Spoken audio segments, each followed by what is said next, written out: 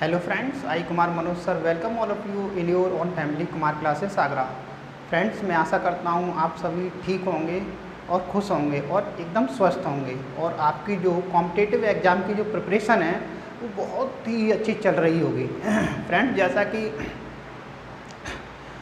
जैसा कि हम the history of English literature का स्टडी कर रहे हैं और इस पर हमारे 10 लेक्चर हो भी गए हैं। यदि वो अभी तक आपने नहीं देखे हैं तो उसे देखना ज़रूर है। और फ्रेंड्स जो हम आपको प्रिपरेशन करा रहे हैं अभी यूपी टीजीटी और पीजीटी को ध्यान में रखते हुए करा रहे हैं। ओके फ्रेंड्स, तो आइए आज हमारी जो पीरियड है वो देखते हैं कौन सा है। आज हमारी रोमांटिक एज है। क्या फ्रेंड्स? Romantic as. हाँ, इससे पहले हमने न्यू क्लासिकल पीरियड को पढ़ा, इसे हम रोमांटिक एज या रोमांटिक पीरियड कह सकते हैं और एज ऑफ वर्ड्सवर्थ भी कहते हैं इसको। फ्रेंड्स ये भी याद रखना है। और ये कब से कब तक रहा फ्रेंड्स? ये जो पीरियड रहा है ये रहा 1798 से लेके 1837 तक, मतलब 1798 से लेके 1837 तक के टाइम को कहते हैं रोमांटिक एज या रोमांटिक पीरियड या age of Wordsworth. Okay friends, ये मोस्ट इम्पोर्टेंट है, इसमें से 1 क्वेश्चन आता ही आता है। ओके फ्रेंड्स, तो सीखते हैं। देखिए friends, this age was revolt against the pseudo classical age. जो यही एज थी ये सीडो क्लासिकल एज के अगेंस्ट थी।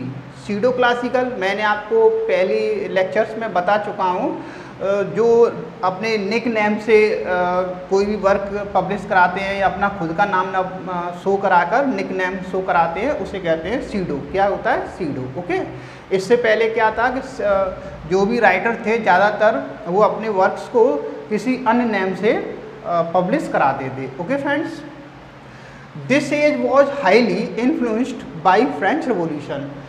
जो यह एज थी रोमांटिक एज वो किससे इन्फ्लुएंस थी? वह थी फ्रेंच रिवॉल्यूशन।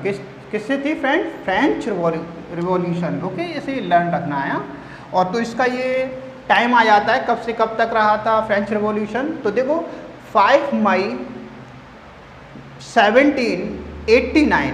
ओके फ्रेंड्स, 5 मई 1789 से स्टार्ट हो गई थी और कब फिनिश हुई थी?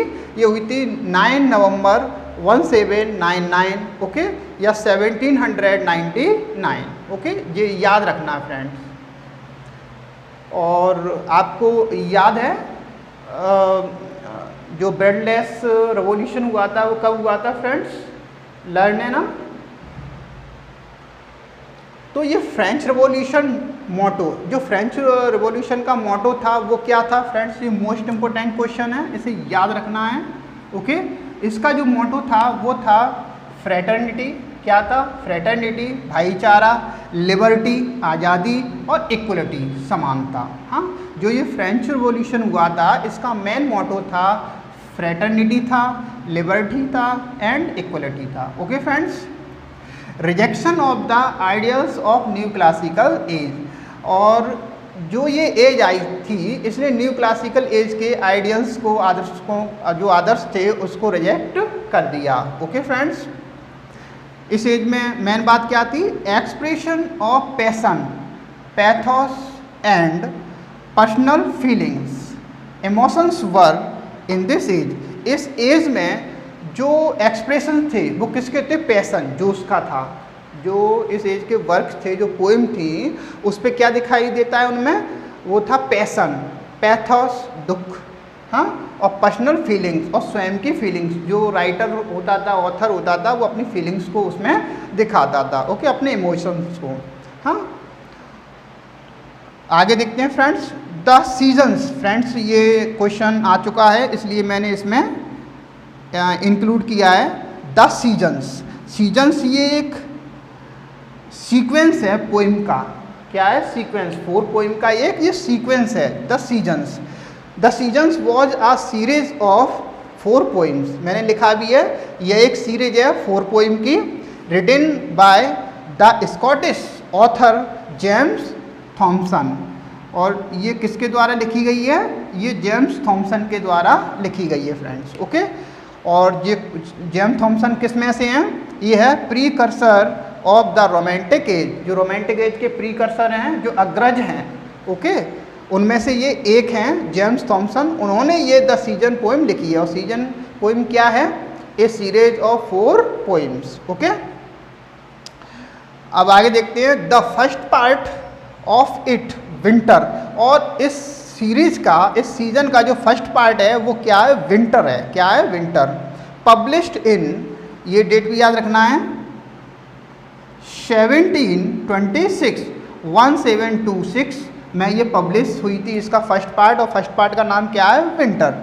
सीजन्स 4 होते हैं फ्रेंड्स, इस तरह से याद रखना है, 4 होते हैं सीजन्स, और जिसका फर्स्ट पार्ट है वो है विंटर। और कब पब्लिश हुआ है? वो 1726 में। And the complete poem cycle appeared in 1730, और जो कंप्लीट ये पोइम आई थी, कंप्लीट इसका जो साइकिल आया था, 4 पोइम्स का ये कंप्लीट साइकिल था, वो कब आया था फ्रेंड्स? 1730, मतलब 4 इयर्स के बाद कंप्लीट हो गया था। ओके फ्रेंड्स, तो ये याद आया कुछ समझ में? आगे देखते हैं फ्रेंड्स। ये देखिए friends, poets of romantic as, ये किसी भी तरह क्वेश्चन पूछा जा सकता है। Okay, poets of romantic as पूछ सकते हैं, poets of romantic age generation पूछ सकते हैं, पोइट्स ऑफ रोमांटिक जनरेशन पूछ सकते हैं। ओके फ्रेंड्स, जो रोमांटिक एज के पोइट्स थे उनको 2 कैटेगरी में बांटा गया। क्या कहा गया? एक तो ओल्ड जनरेशन पोइट्स भी कहा गया, ओल्ड जनरेशन रोमांटिक पोइट भी कहा गया, ओल्ड रोमांटिक पोइट्स भी कहा गया। ओके, ओल्ड, और ये है यंगर रोमांटिक पोइट्स। हाँ, यंगर जनरेशन पोइट भी कहा गया, यंगर जनरेशन रोमांटिक पोइट भी कहा गया। ओके फ्रेंड्स, तो देख लेना। और जो ओल्ड हैं उन्हें सीनियर रोमांटिक पोइट्स भी कहते हैं, या सीनियर रोमांटिक्स भी कहते हैं। ओके फ्रेंड्स, और ये हैं जूनियर रोमांटिक पोइट्स या junior generation romantic poet. Okay friends, ये याद रख लेना है। अब जो ये ओल्ड रोमांटिक पोइट्स हैं वो कौन कौन है फ्रेंड्स? ये देखते हैं। विलियम वर्ड्सवर्थ, इस रोमांटिक एज में विलियम वर्ड्सवर्थ का एक मोस्ट इम्पोर्टेंट प्लेस है, महत्वपूर्ण स्थान है फ्रेंड्स। Okay, ST. कॉलरेज है, सैमुअल टेलर कॉलरेज, और है रॉबर्ट सदे। तो फ्रेंड्स जो ये 3 हैं, विलियम वर्ड्सवर्थ, एस.टी. कॉलरेज और रॉबर्ट सदे, इन्हें लेक पोइट्स भी कहा जाता है फ्रेंड्स। क्या कहा जाता है? Lake poets. लेक पोइट्स, जो ये 3 हैं इनको लेक पोइट्स भी कहा जाता है। अब ये लेक पोइट्स क्या है फ्रेंड्स? ये इंग्लैंड में एक प्लेस है, स्थान है, जो कि इंग्लैंड के नॉर्थ और वेस्ट में पड़ता है। किस में पड़ता है? नॉर्थ वेस्ट में। तो उस स्थान पर, उस जगह पर ये तीनों पोइट्स रहते थे। ओके, तो इसलिए इन्हें लेक पोइट्स कहते हैं। समझ में आया? William Wordsworth, S T. कॉलरेज और Robert Southey, most important question है, ये याद रखना है। और इसमें sir Walter Scott. Okay friends, अब देखते हैं जूनियर रोमांटिक पोइट या यंगर रोमांटिक पोइट या यंगर जनरेशन रोमांटिक पोइट वो कौन कौन है? पी.बी. सेले और जॉन कीट्स और बायरन और विलियम हैज़लिट। ओके फ्रेंड्स, ये याद रखना है। इसमें से एक क्वेश्चन आने के पूरे चांस हैं, तो याद रखना है फ्रेंड्स। ओके, इनके अलावा अदर पोइट्स कौन से हैं इस एज के? Other poets of this age वो कौन कौन है? मैरी वॉलस्टोनक्राफ्ट। ओके, ये ले हंट, एक ले हंट भी है इसमें, और ये है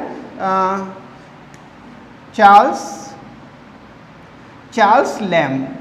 फ्रेंड्स कौन? Charles lamb.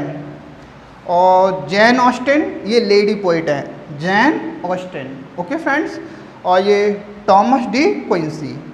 ओके फ्रेंड्स, ये याद रखना है, ये मोस्ट इम्पोर्टेंट ऑथर्स हैं इस एज के। ओके, इसे नोट कर लीजिए।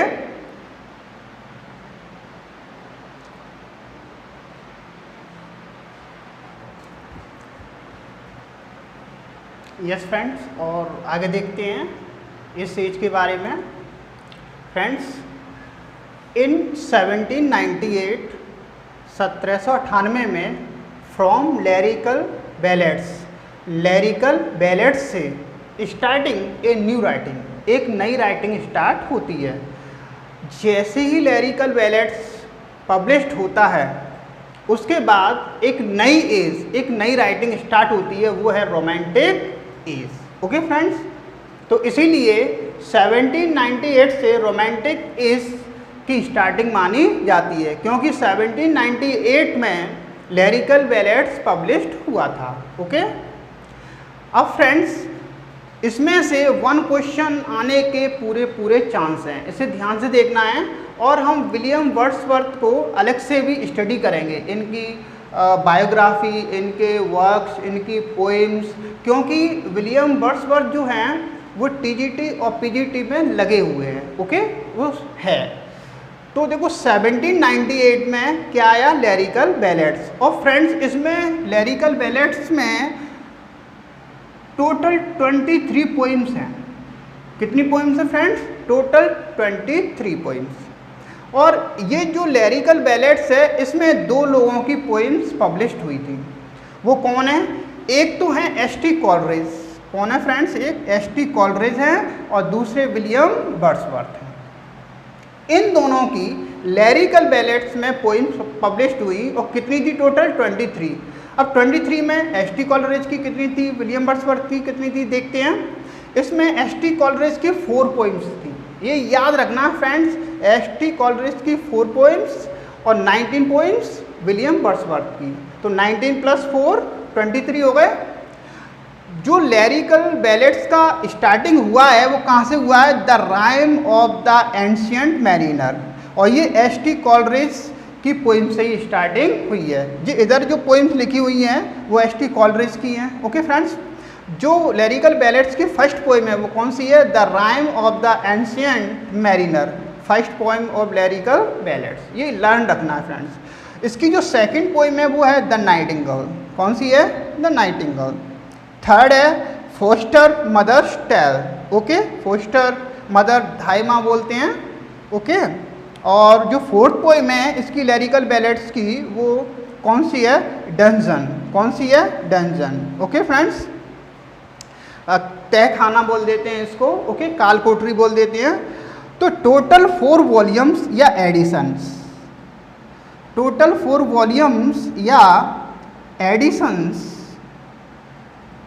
Published of lyrical ballads. तो लिरिकल बैलेट्स के टोटल कितने वॉल्यूम्स आए, कितने एडिशंस आए फ्रेंड्स? 4। कितने आए? 4 आए। ओके फ्रेंड्स, वो कब कौन कौन से आए देखते हैं फ्रेंड्स। फर्स्ट एडिशन आया 1798 में, ये लर्न रखना फ्रेंड्स। और ये सीक्वेंस 1798 में। सेकंड एडिशन कब आया? इन 1800 में। 2 प्लस कर दो इसमें, हाँ 1800। थर्ड एडिशन आया, फिर 2 प्लस कर दो 1802 में। और फोर्थ एडिशन आया इन 1805 में। अब तो इस तरीके से 4 एडिशंस आए। फर्स्ट एडिशन 1798 में, सेकंड 1800 में, थर्ड 1802 में और फोर्थ एडिशन 1805 में। फ्रेंड्स ये बात याद रखने वाली चीज़ है, ध्यान से सुनिए कि जो सेकंड एडिशन था जो 1800 में आया उसमें a preface added by William Wordsworth. Second edition में विलियम वर्ड्सवर्थ के द्वारा प्रीफेस जोड़ा गया। ओके फ्रेंड्स, थर्ड एडिशन में क्या जोड़ा गया? An appendix. क्या? An appendix on the poetic diction by William Wordsworth. और थर्ड में एक appendix on the poetic diction, हाँ वो किसके द्वारा? विलियम वर्ड्सवर्थ के द्वारा। और फोर्थ एडिशन में कुछ नहीं किया गया है, सिर्फ पब्लिश किया गया है। ओके फ्रेंड्स, लर्न रखना है note. Poets of older generation carried the romantic as at the peak. जो ओल्डर जनरेशन के पोइट्स थे, जो हमने अभी आपके बताए थे, ओल्डर जनरेशन के कौन कौन से पोइट्स थे friends? William Wordsworth, S T. Coleridge. हाँ, तो फ्रेंड्स ये जो रोमांटिक एज को पीक पर ले गए, कहाँ पर ले गए? पीक पर ले गए, ऊंचाइयों पर ले गए। उसमें से एक William Wordsworth was a man poet of older generation poets. उसमें से विलियम वर्ड्सवर्थ एक मैन पोइट थे ओल्डर जनरेशन के। ओके, जिसको ये पीक पर रोमांटिक एज को ले गए। ये भी लर्न कर रखना है फ्रेंड्स। वर्ड्सवर्थ इज कॉल्ड या is known the worshipper of nature, the worshipper of nature. प्रकृति का पुजारी। विलियम वर्ड्सवर्थ को क्या कहा जाता है, क्या बुलाया जाता है? वर्ड्सवर्थ का नेचर का पुजारी वर्ड्सवर्थ को बुलाया जाता है। S T. Coleridge known as, S T. Coleridge जाने जाते हैं किस रूप में? Poets of supernatural. अगर ये क्वेश्चन आता है who is known as poets of supernatural, वो है एस.टी. कॉलरेज। ओके फ्रेंड्स, और इनको क्या कहा जाता है? And giver the first theory of poetry, और इनको पोइट्री की फर्स्ट थ्योरी देने वाला भी कहा जाता है। ओके फ्रेंड्स, मोस्ट इम्पोर्टेंट है ये। और इसके अभी जो पढ़ाया था इससे पहले ओल्डर जनरेशन, हाँ, और न्यू जनरेशन, हाँ, यंगर जनरेशन, सॉरी, तो इसमें से क्वेश्चन आने के पूरे चांस हैं। लर्न रखना है, नोट करना है फ्रेंड्स। ओके, नोट कर लीजिए।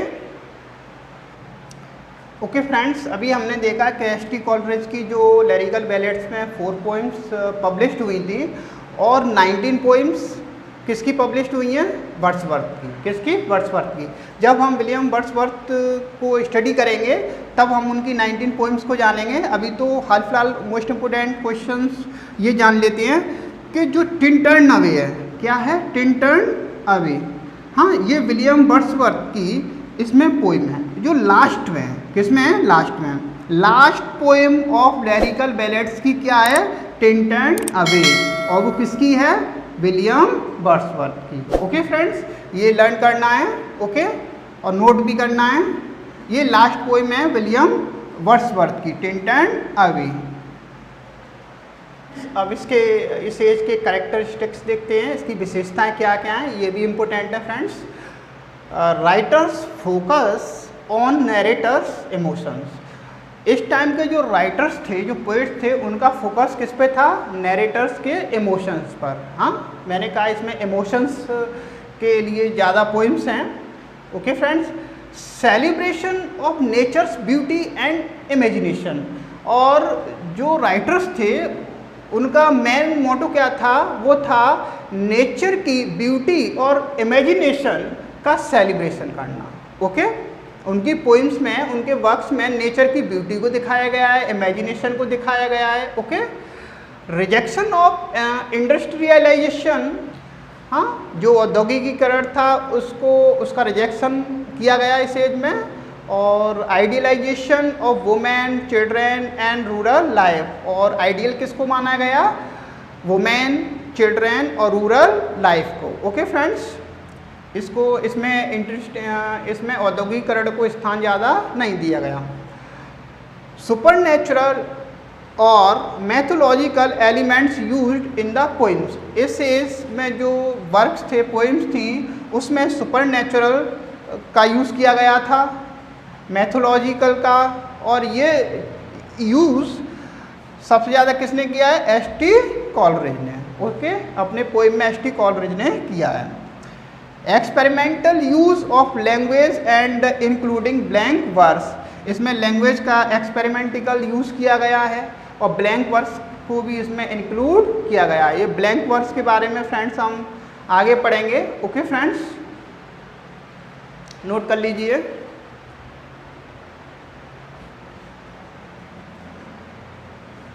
ओके फ्रेंड्स, आज के लिए बस इतना ही। आज का लेक्चर कैसा लगा कमेंट्स बॉक्स में ज़रूर बताइए, और यदि आपको लेक्चर अच्छा लगा है तो वीडियो को लाइक करना है, और यदि अभी तक चैनल को सब्सक्राइब नहीं किया है तो चैनल को सब्सक्राइब करना है।